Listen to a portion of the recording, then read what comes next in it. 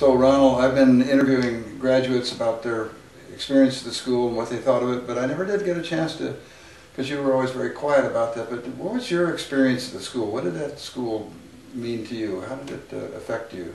Well, okay, when I first walked into it, that was in that first building that you had. I don't remember the street, but it was upstairs. Oh, 58, yeah. And there were all these young guitar players there, and it was pretty amazing to me. I thought, wow, well, could this work? Yeah. And then you moved and finally ended up over there in Hollywood Boulevard where you hired me. And I came in there and the school was starting to grow. And the most amazing thing to me was these students were walking down the halls, and Larry Carlton would walk by going that way. Tommy Tedesco would be this way. Yeah. Howard would be sitting over there in the office. Yeah. God, I think there's a whole list. Joe Pass and Joe would be somewhere. Joe DiOrio was over there, and Don Mock was playing, and this was going on in all these different rooms all at the same time. Now this was kind of all we had at the school at the time was the guitar and the bass school, and then you started the drumming school, and then here's these superstar drummers walking up and down the halls. And all I could think of was the student that comes there and is walking down the hall, and among all these, really heroes. I mean, these were heroes of mine. It must have been amazing. Yeah. Yes. And the school grew, and like anything else, it went really good. Then it flattened out, kind of went down a little bit. Then it went really good and flat. And I remember seeing this going on.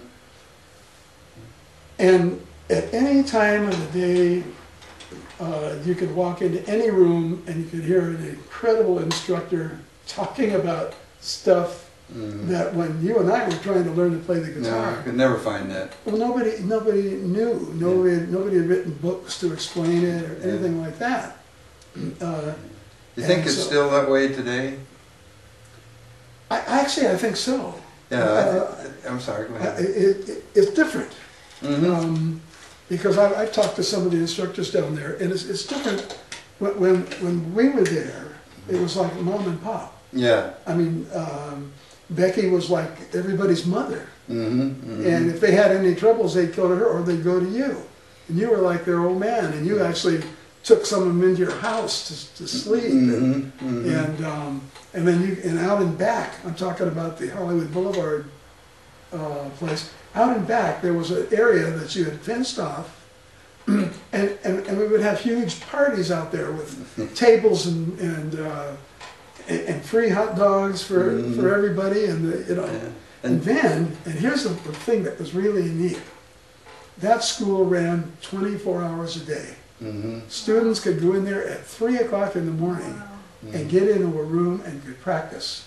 And to get off the streets of Hollywood with some parents sending a 17-year-old daughter to Hollywood was scary, but the school was sort of a little haven they could be safe in, right? Oh, yeah, and they were up there. Yeah. So, but that, and even some of the students, slept there, even though we always, made them not do that. Well, when we caught them doing it, but you couldn't always catch them because there were I don't know how many rooms. They hide out. They could hide out. They were good at hiding out from us, but they didn't have the, I don't think, the money to pay. No. Well, you say it's different, and you're right. Today, it's more sophisticated.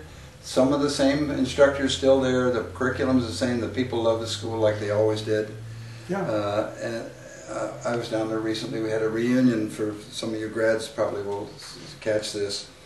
And even though it's new and very sophisticated, quite a bit more programs to offer there, production.